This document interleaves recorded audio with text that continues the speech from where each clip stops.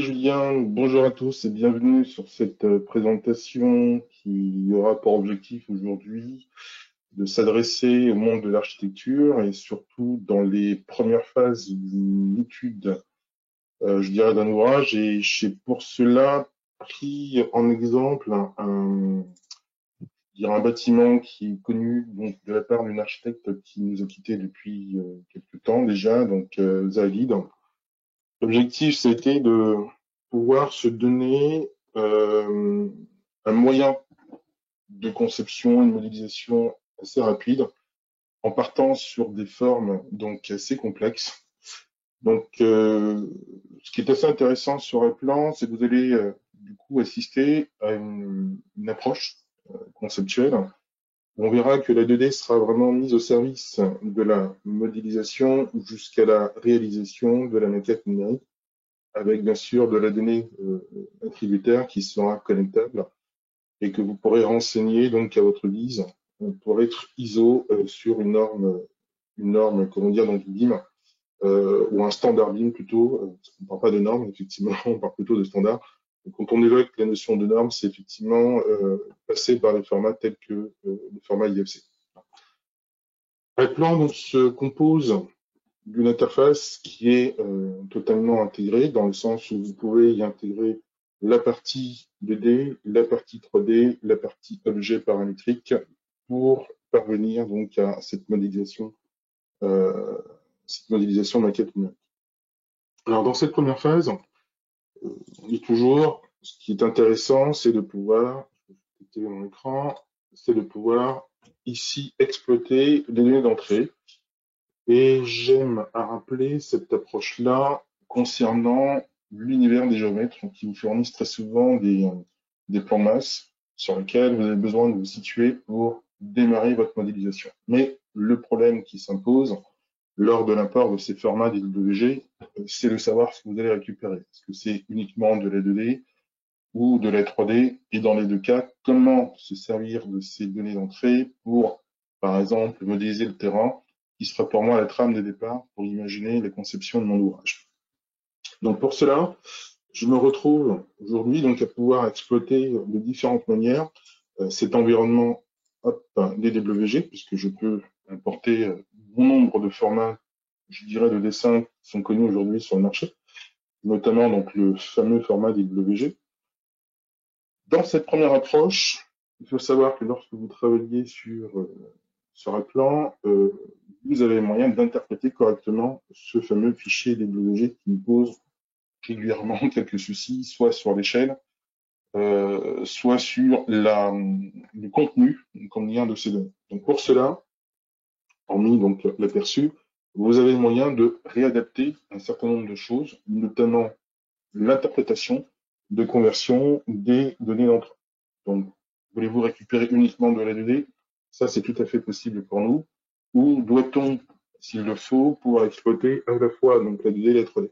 Vous verrez que nous, dans notre démarche, pour cette partie 2D, que je vais illustrer, exclusivement 2D, je suis capable de dire donc à un plan, OK, au moment où je viendrai récupérer ce format donc, de dessin, j'aurai juste en visuel, comment dire, donc exploiter cette partie donnée. Donc j'ai su, du coup, dire que dans ce format DWG, dont je sais qu'il existe quelques contenus 3D, de tout reprojeter, comme dire, en 2D, sans déformation, donc sans déformation sur la qualité du dessin. Donc quand vous avez des lignes de niveau, des semi-points, comme dire, pour la réalisation du terrain, puis quelques informations 3D qui peuvent aussi être un peu contraignantes à reprojeter en 2D. Nous n'avons pas besoin de plugins supplémentaires, nous n'avons pas besoin donc, de développer une petite application pour tout remettre à plat, à te lancer totalement, donc le remettre en œuvre. Pour vous illustrer cette approche, je vais demander donc à le plan du coup de m'illustrer justement cette partie 2D directement dans ma vue 3D.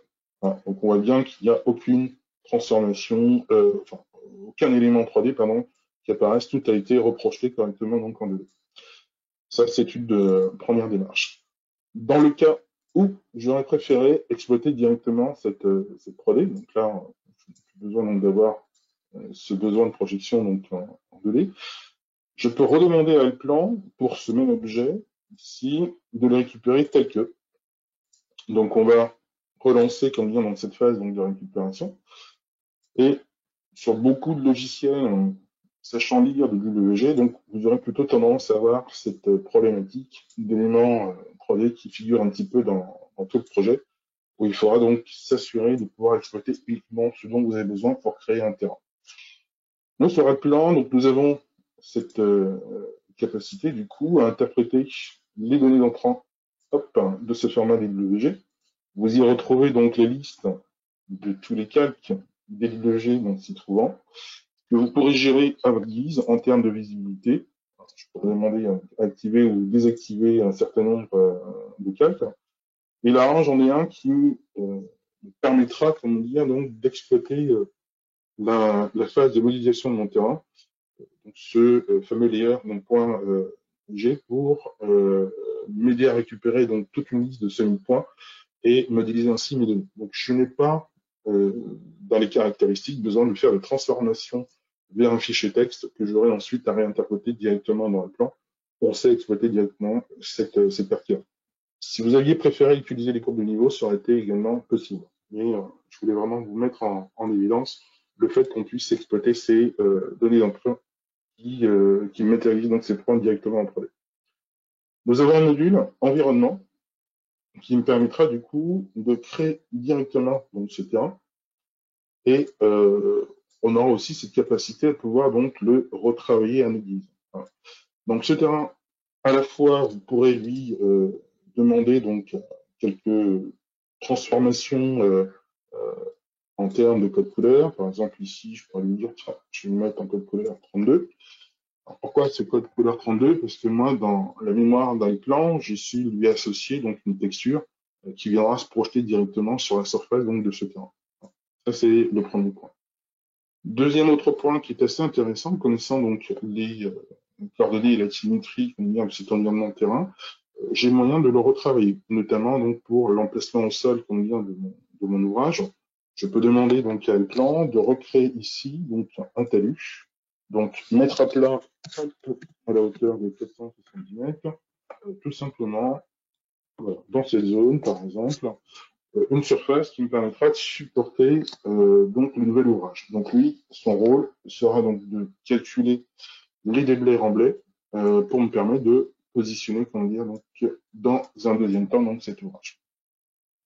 Donc ça, c'était pour vous montrer quelle vitesse nous sommes en mesure donc, de réexploiter les données géomètres qui sont toujours en souffrance sur un moyen de communiquer, comme dire, donc, leurs informations. Donc nous savons parfaitement donc, les relire, les interpréter et du coup nous les approprier pour pouvoir créer cet environnement visuel que sera donc le terrain et notamment donc le plan de masse donc, par la suite.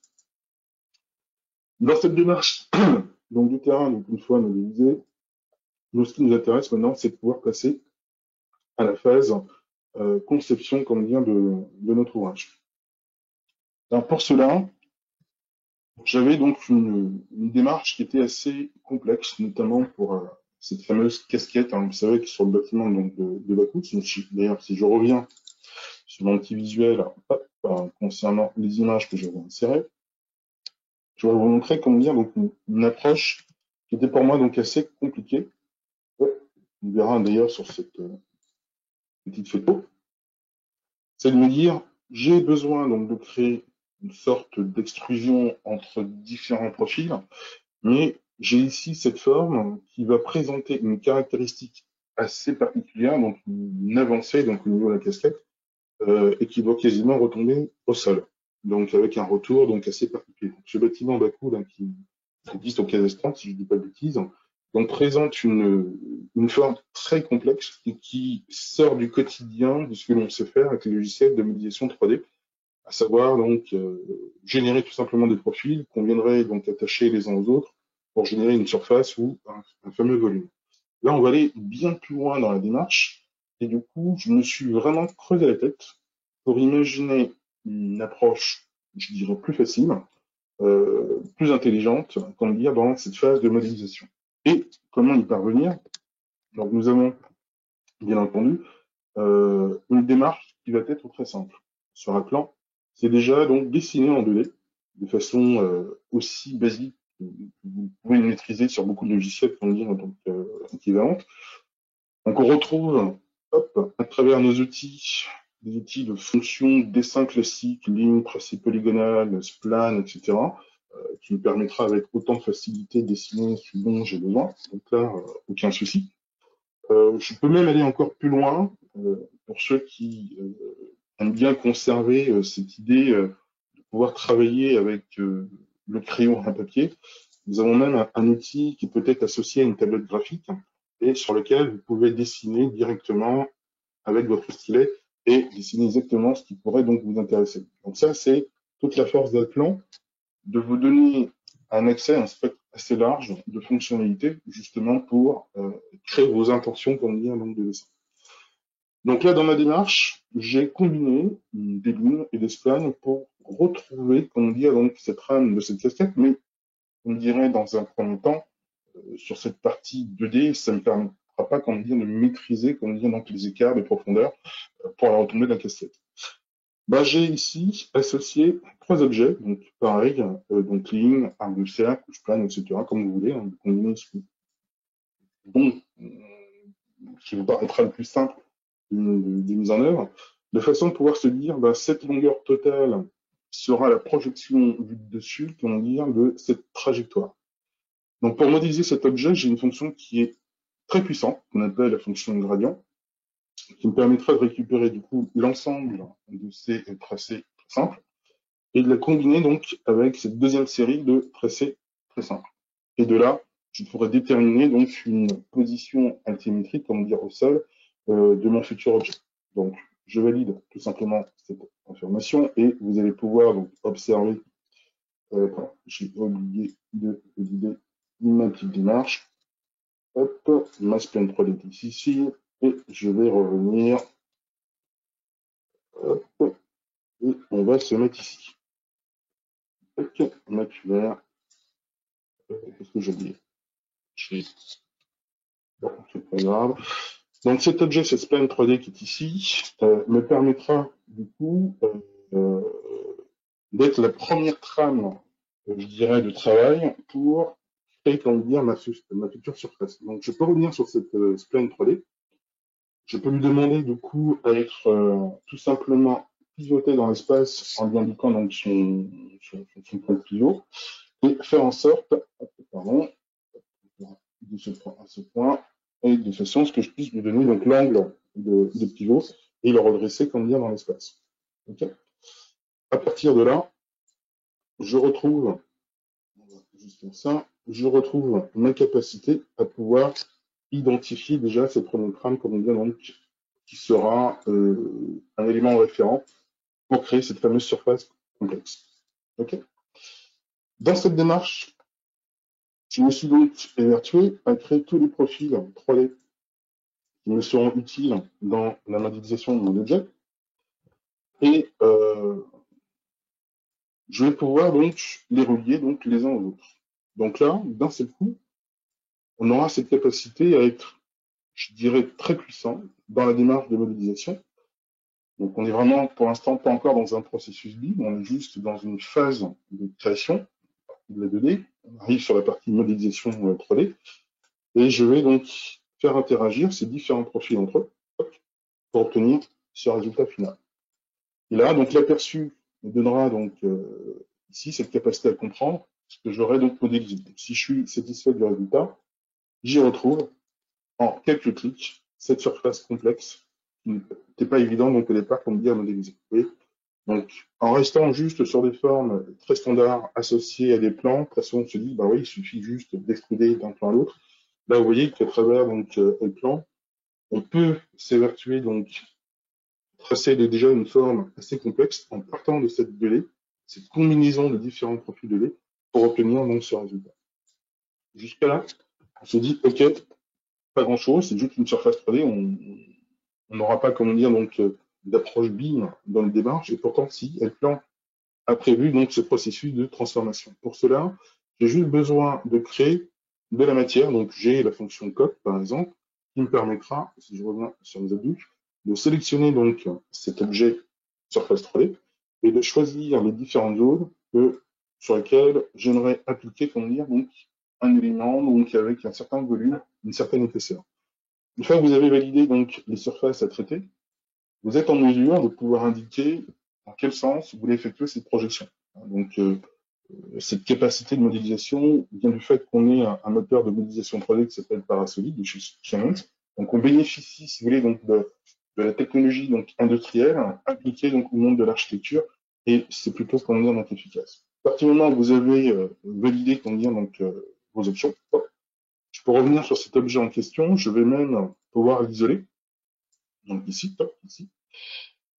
Et je vais pouvoir donc lui associer déjà un certain nombre de données, de propriétés. Hein. Donc, si j'avais l'intention de lui connecter tout simplement des données attributaires sur un volume classique, je serai en mesure donc, de pouvoir le faire. Déjà, nous sommes en mesure d'extraire des informations de surface, des informations de volume, préparer pour un rapport potentiel les unités de mesure sur lesquelles je voudrais quantifier combien cet objet. Est-ce que je veux analyser son volume ou est-ce que je veux analyser sa surface quand je demanderai à faire un rapport pour me dire nombre de quantité donc, autour de cet objet. Nous ne sommes pas, excusez-moi, dans une démarche d'objet paramétrique, pas besoin. Donc, nous avons besoin de modéliser, nous avons besoin de nous adapter et d'être au plus fin sur la conception de cet objet. Un plan nous le permet, et en plus de ça, nous autorise, dans un esprit BIM, déjà connecté à la 2D et la 3D ou à des objets donc d'architecture donc paramétrique, nous donne cette capacité déjà d'analyse sur la partie quantification. Moi, ça ne me suffit pas, je me dis, tiens, cet objet, j'aimerais quand même qu'il s'inscrive dans une démarche BIM pour des échanges futurs avec d'autres logiciels certifiés en la matière. Et notamment, si vous avez besoin de consulter cet objet dans l'esprit BIM avec une visionneuse telle que Solibri, BIMvision, bien d'autres qui existent sur le marché. Nous autorisons cette transformation également en indiquant que cet objet classique 3D deviendra un élément d'archi, simplement, et nous allons pouvoir lui associer des données un peu plus intelligentes, notamment sur son comportement de coupe. Donc, si je viens éditer les propriétés donc, de ce nouvel objet, je vais non seulement pouvoir déterminer quelle sera la hauteur de section de coupe associée donc, à ces caractéristiques, un plan vous resitue du coup son altimétrie basse et son altimétrie haute, et vous pouvez facilement lui indiquer à quel endroit, par exemple ici 480 mètres, on pourrait donc apercevoir donc, une notion de hauteur de coupe. Et vous voyez donc là j'ai un petit aperçu qui me permettra de savoir à quel endroit sera tout simplement coupé cet objet. Si je le passe à 500 mètres par exemple, ça c'est le NGF en fait qui est associé, je verrai donc l'aperçu, vous voyez, donc de ces coupes à cet endroit. Donc j'ai vraiment moyen de m'adapter et de me positionner exactement à l'endroit dans la zone qui pourrait donc m'intéresser. Ici, je vais mettre à 490 mètres par exemple, pour avoir donc un petit résultat donc de représentation de la coupe potentielle de l'objet. Sachez que pour pouvoir matérialiser donc cette coupe en plan, vous pouvez lui associer la représentation de votre choix. Motifs de hachurage, ce qu'on appelle nous des motifs. Vous avez des représentations donc assez détaillées qui vont bien plus loin qu'une simple décalage donc du tracé linéaire. Donc on peut graphiquement aussi donc enrichir la représentation de cette coupe. Si vous voulez juste avoir donc une notion de remplissage avec un code couleur associé, pas de souci. Hein, donc on y retrouve également cette propriété. Ou alors directement donc une image projetée selon vos besoins. Ou alors on appelle aussi ce qu'on appelle nous pour nous les styles de surface qui seront pilotables sur des représentations dynamiques. Vous verrez qu'un objet dans un plan peut être connecté à ce genre de configuration et nous permettra de changer de visuel de manière dynamique quand on vient dans l'écran à n'importe quel moment. Donc, si vous voulez représenter votre projet en phase d'esquisse, en phase d'APS, en phase d'APD, en phase d'exec, on aura cette capacité du coup d'adaptation. Ça vous évitera de revenir à chaque fois sur votre objet. Donc ça, c'est toute la liste du type de représentation que l'on peut ainsi y connecter à n'importe quel moment. Ok, donc une fois donc déclaré, cet objet donc est devenu un objet BIM, mais quel type d'objet BIM? Donc petite info que je ne vous ai pas donc du coup attribué. Sachez que sur cet objet d'archi personnalisé, nous pouvons donc venir connecter cette classification donc, IFC attendue. Et là, je pourrais à n'importe quel moment tout simplement indiquer que cette classe IFC est le type IF0, par exemple, pour s'assurer qu'elle soit directement interprétée dans ces fameuses Visionous Beam ou dans d'autres logiciels BIM, dans un esprit d'interopérabilité selon nos besoins. Donc ça, c'est la première petite démarche. Sortie de là, hop, je me dis OK, donc nous avons modélisé comment dire donc notre objet. Donc nous aurons besoin donc d'aller un peu plus loin dans la démarche, je dirais de conception. Vous pouvez aussi, grâce à cet environnement 3D, donc quelque part, faire un découpage donc de ce toit, y associer des éléments. Alors, on a un outil qui s'appelle élément de façade, hein, qui nous permettrait de créer une distribution de panneaux et ce qui nous autoriserait du coup, comment dire, à avoir une phase de quantification. Donc là, dans mon rapport, je peux donc demander à Eplan, donc aller chercher donc cet outil en question et faire en sorte de restituer, je dirais en très peu de temps, l'analyse de tous les éléments couvrant comme dit, cette surface de toit. Donc chaque objet sera quantifié, sera analysé, et vous aurez même la possibilité, si nécessaire, donc d'y obtenir un rapport avec les captures d'écran. On va se mettre ici. Hop, voilà. On restituera donc chaque panneau, sa dimension, ses cotes, de manière très détaillée. Sachez que, en plus de ça, ce rapport est exportable naturellement. Il n'y a pas besoin de plugin dans cette démarche.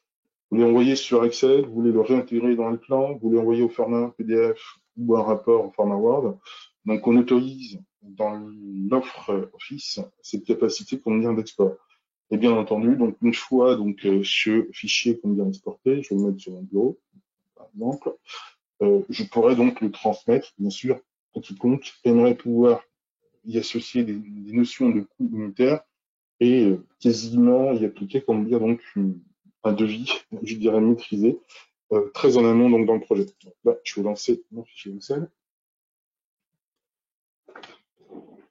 Et ce fichier Excel va vous restituer, alors là, il y a beaucoup de monde, va vous restituer, comme vous pouvez l'apercevoir, l'aperçu donc graphique de chacun des panneaux, ses dimensions, et bien entendu, pour toute personne sachant maîtriser cet environnement Excel saura y associer, comment dire, donc des formules supplémentaires, si nécessaire, sachant que ces formules, on aurait pu déjà les intégrer directement dans le plan. Nous avons cette capacité aussi à pouvoir aller plus loin que juste connecter la donnée tributaire. On peut aussi intégrer une notion de formule et en fonction des coûts, d'un prix unitaire associé donc à une valeur de surface, on pourrait déjà restituer donc un devis quasiment très proche de la réalité qu'on vient d'achat et de conception du projet.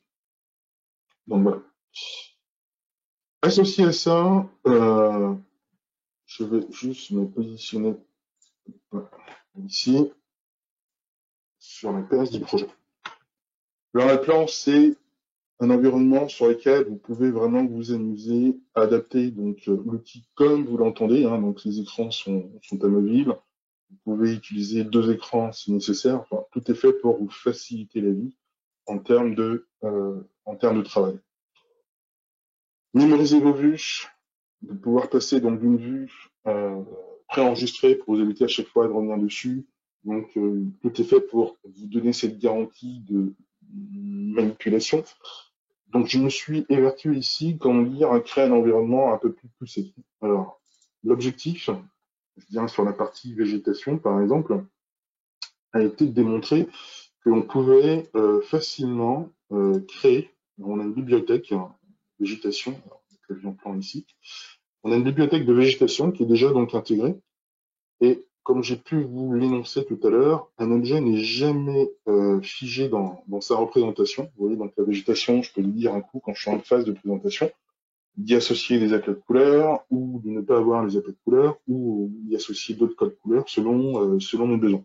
Donc là, c'est toute la force, on va dire, dans le bel plan, de vous autoriser donc une adaptation visuelle de vos vues en plan, beaucoup de vos élévations, bien sûr, selon vos besoins. Ce qui est quand même assez intéressant, c'est que cet objet végétation que l'on retrouve en bibliothèque, hein, bien entendu, hein, vous avez dans la bibliothèque donc, del plan la possibilité d'aller chercher tout un tas donc d'éléments végétaux qu'on vient déjà préenregistrés.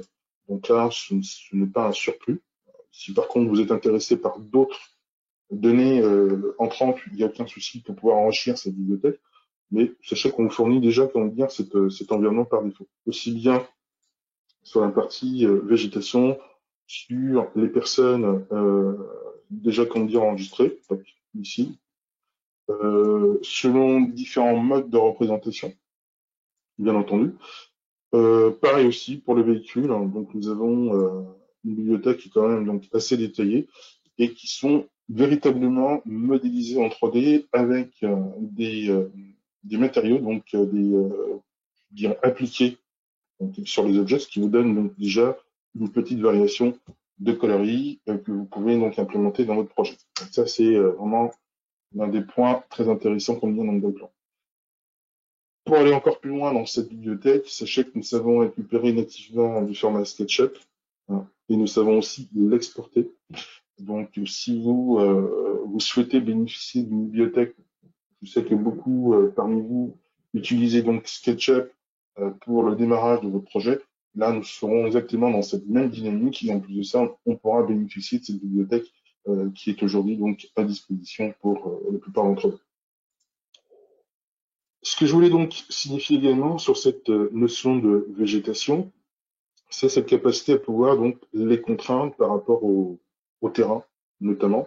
Donc, j'ai tout simplement associé un caractère paramétrique de positionnement donc à cet objet, ce qui explique que si je le prends et que je viens le déplacer, le positionner hop, sur un autre point, donc ici, on va voir donc, le petit résultat. On va faire juste ça pour que vous puissiez donc observer donc, le comportement. Là, en aperçu, on a l'impression qu'il ne se passera pas grand-chose, mais une fois positionné, donc, le plan sera repositionné, comme dire cet arbre, par rapport donc à son point d'insertion donc sur le terrain. Ce qui m'a permis du coup de faire une distribution très naturelle en disant voilà, ce point-là, comme beaucoup de logiciels 2D, je viendrai prendre la fonction dupliquer et je viendrai répartir cette végétation un peu partout et le système viendra adapter justement cette végétation directement sur la surface de mon terrain. Okay.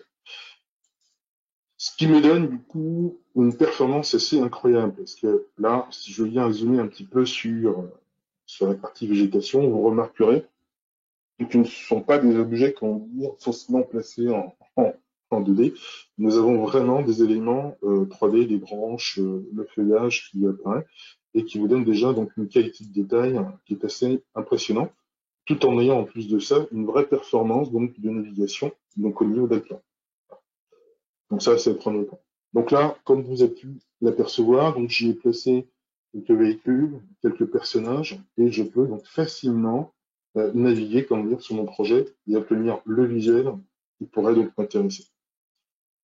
Alors, j'espère que ce visuel vous impacte un petit peu, parce que vous allez voir qu'on peut encore monter d'un cran. Alors, dans l'aspect visuel, non seulement vous pouvez choisir le mode de travail qui vous intéresse. Beaucoup de solutions aujourd'hui qui se respectent. Vous voulez être en mode filaire, vous voulez être en mode ligne cachée, mode animation, vous l'avez vu. En mode sketch, on veut donner donc l'impression d'avoir un peu crayonné comme on dit dans le projet. En mode animation plus les arêtes mises en évidence pour créer un peu cet effet un peu cartoon. Vous pouvez donc créer vos propres représentations d'animation, ça n'est pas figé. Donc je peux décider d'activer ou pas les ombres, je peux décider de créer encore un visuel un peu plus poussé, vous voyez, donc avec ce ton un peu sépia, donc faire en sorte que je crée, comme dire, un visuel donc d'esquisse pour le démarrage de mon projet. Et bien sûr, c'est géré dynamiquement comme dans en 3D. Donc c'est pas une vue calculée. On peut être dans cette dynamique-là. Autre application qui est intéressante, c'est pouvoir dire à un plan, je voudrais bien aussi, à un moment donné, comme dit dans mon projet, matérialiser le caractère maquette blanche de mon projet. Pour cela, nous avons un moteur de rendu temps réel, ce qu'on appelle le real-time render, donc le RT render, qui peut être paramétré pour vous créer cette notion de maquette blanche ou déjà vous lancer une approche de rendu photoréaliste selon vos besoins. Donc ça, c'est plutôt pas mal. Donc, le système va effectuer un certain nombre de calculs selon les paramétrages que vous aurez donc simplement réglés. Là, je vais demander d'effectuer 50 passes. Et au fur et à mesure de ces passes, le côté bruit que vous voyez apparaître va s'atténuer au fur et à mesure pour avoir une image donc, de qualité. Sachez qu'à tout moment, même si le RT Render est en cours d'activité, vous pouvez malgré tout enregistrer une image ponctuellement. Tiens, ici, je mets sur le bureau. Vous pourrez choisir le format d'image que vous pourrez comment dire, donc, exporter, entre parenthèses. Si vous voulez du JPEG, du PNG, etc., il n'y a aucun souci. Pour ceux qui exploitent du Photoshop, on pourra même générer directement le format PSD dans la foulée, ou le format EPS. Là, je vais mettre du JPEG, je vais mettre le texte, juste pour vous montrer. Et une fois que l'image sera enregistrée, hop, je pourrai relancer avec un éditeur photo, ouais, ici. Je vais prendre celui donc, de Windows, je l'ai pas fini. Voilà. Vous verrez que là, l'image donc, a été enregistrée fonctionnellement, pendant qu'il continue encore à travailler dans votre démarche donc, de rendu.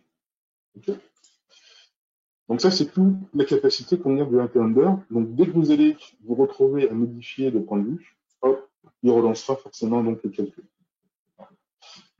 Vous pouvez donc arrêter donc, le process à n'importe quel moment et faire en sorte, au lieu d'avoir la maquette blanche, lui demander dans les réglages du Render, et donc j'ai juste ici une case à cocher, d'effectuer un rendu photoréaliste plutôt avec les matériaux si vous préférez être dans un rendu photoréaliste. Donc nous avons deux approches, donc nous avons ce Render, mais nous avons aussi, comment dire, donc un autre moteur qui est prévu à cet effet. Ici, c'est de lancer le calcul selon les réglages de rendu. Donc, si vous avez un format attendu, pas de souci pour pouvoir donc, effectuer ce réglage. Si vous voulez avoir donc une vue panoramique, donc une vue à 360 degrés, vous pourrez effectuer effectivement donc, ce réglage. Et vous avez tout un tas de paramétrages qui vous permettront donc de cibler les rendus intérieurs ou extérieurs comme de vos projets, donc selon les phases, je dirais, donc à intégrer. Et selon les réglages que vous aurez ici définis, alors je vais prendre celui-ci rapidement, hop, pendant que mon moteur de rendu effectuera donc son calcul, donc là nous utilisons le moteur de rendu Cinema 4D, qui est intégré donc à Plan. Donc pendant qu'il effectuera donc son calcul, moi je pourrais continuer à bosser, je n'ai aucun souci pour aller effectuer d'autres opérations. Là, Cinema 4D a tout simplement reçu dans sa file d'attente des éléments de rendu à calculer. Alors, bien entendu, il faut s'assurer donc d'avoir une machine qui nous tient la route pour effectuer cette opération. Mais vous remarquerez que moi, ça n'empêchera pas de continuer donc, à travailler, donc interroger les objets et bosser comme bien donc, dans la foulée. Pendant qu'il termine son calcul, je vais pouvoir donc avancer encore sur mon approche. Alors, ce qui va être aussi intéressant dans le plan, il dit qu'on pouvait encore pousser le curseur. Pourquoi? Parce que déjà sur l'arrière-plan, vous voyez que j'ai une couleur unie. Ça me donne déjà un point de vue visuel assez sympa. Mais je peux faire en sorte de pousser encore cette approche visuelle, dynamique, en modifiant donc l'environnement de ma vue. Ah, excusez-moi, on va arrêter le moteur parce que là, ça va pas être pratique pour moi. Comme je vous disais, hein, je suis sur mon portable. Donc lancer un rendu photoréaliste pendant qu'on travaille, il faut vraiment avoir une machine de guerre, mais ça tient la route. Un petit blocage. Voilà. Alors ici, sur un plan, donc j'avais cette couleur donc en arrière-plan qui était disponible. Je peux donc lui demander ici d'associer une notion donc de, je dirais de sel physique.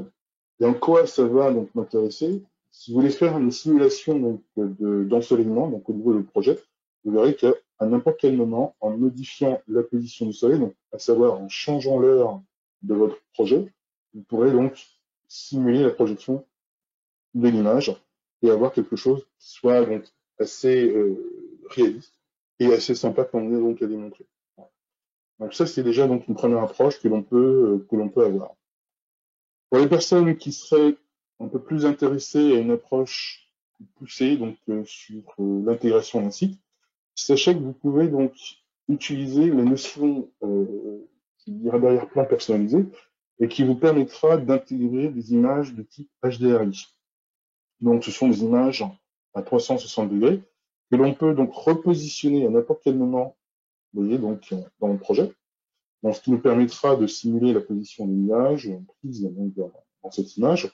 Mais vous remarquerez aussi en même temps que cette image HDRI, si elle embarque les informations de source lumineuse, viendra donc influencer la projection donc, des ombres également donc, dans le projet.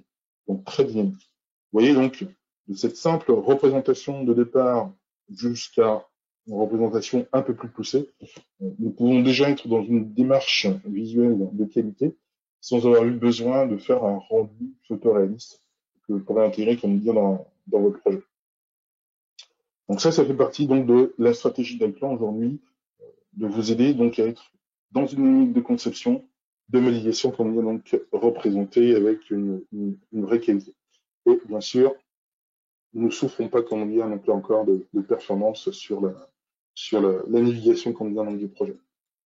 Okay. À partir du moment où le projet, comme dire, donc est réalisé, sachez que vous pouvez donc dans l'esprit BIM, on aura pu donc tout simplement renseigner, faire un export donc IFC en reprenant donc des réglages, je dirais déjà personnalisés donc au sein des plans. Donc nous prévoyons déjà du pré-réglage pour tout ce qui est côté interopérable de logiciels concernés. Rien ne vous empêchera vous d'ajouter comment dire vos propres données si nécessaire. Hein. Donc vous avez aussi bien dans vos paramétrages la garantie donc d'une conformité donc au format IFC4, IFC2X3, etc.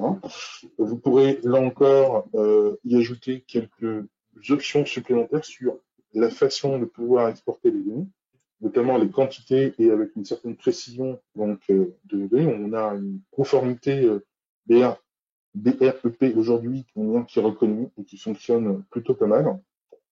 Et sachant que sur vos murs, quand on travaille avec Alplan, on peut demander aussi est-ce qu'il y a une décomposition des éléments qui viennent habiller les murs d'Alplan. Donc ça veut dire que si vous voulez identifier assez facilement, je dirais la partie structurelle, la partie habillage, la partie isolation, comment dire, de la feuillure de vos murs, vous aurez donc cette capacité à pouvoir les transmettre lors de l'export donc IFC. Donc là, on est vraiment, je dirais très trop fort sur cette notion qualité, comme dire, IFC que l'on peut exporter. Etc.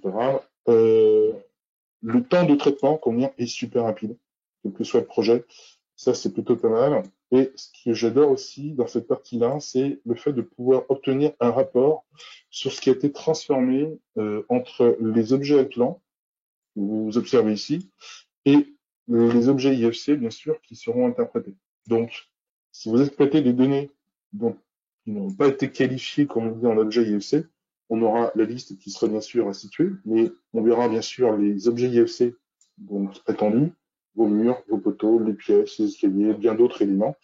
Et si jamais des éléments n'ont pas su être transformés, on viendra vous déclarer justement ceux qui ne seront pas comme bien transformés. Je vais lancer mon Solibri. Hop. Hop. Désolé, le temps qu'il arrive. Pour pouvoir donc constater donc le modèle. Voilà. Donc, excusez-moi, récupérer du coup donc toutes les données que j'ai pu donc associer. Donc la partie toiture a bien été déclarée en IFC roof. Les bordures extérieures, donc je les ai déclarées en type de mur, IFC wall. On y retrouve l'architecture du projet Baku, l'association des éléments dalles, murs, rideaux et les objets bien sûr modélisés mais qui n'auraient pas reçu de classification. Donc on donne une vraie capacité donc à un plan à envoyer donc une liste de données hyper importante et selon les données attributaires supplémentaires aussi que vous aurez pu prévoir. Donc aucun souci pour exploiter, je dirais donc exploiter et surtout transmettre une certaine qualité de données, comme dire, à d'autres personnes qui n'auraient pas forcément besoin d'utiliser le plan.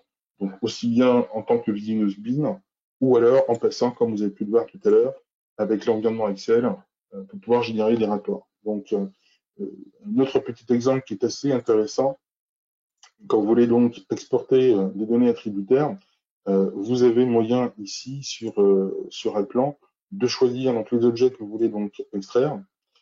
Hop, et il peut directement également ressortir toutes les informations avec toutes les codes qu'on dire associés. Hein. Donc on y retrouve toutes les propriétés qui figuraient donc, dans l'ensemble des objets.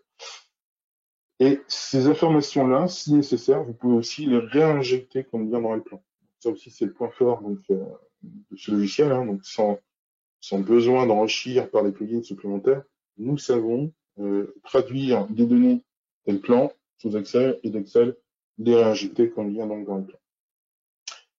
Leur passe, je vais juste vous montrer un petit bonus supplémentaire. On va se positionner ici et je vais activer. Hop, ok. Alors, on va se positionner juste sur. On va se mettre comme ceci. Sachant que vous pouvez créer vos propres bibliothèques, beaucoup me poseront la question, je dirais, des objets paramétriques. Issus de mon historique de la concurrence, hein, parce que je suis un petit junior chez Alplan, sachant que j'ai intégré Alplan il y a 1 an et demi à peu près, faire de mon expérience dans le monde donc de la concurrence, j'ai trouvé combien des appétences assez intéressantes concernant donc Alplan. Et je vais juste vous montrer une chose que j'ai pas, histoire que je retrouve voilà, la petite vidéo qui va bien.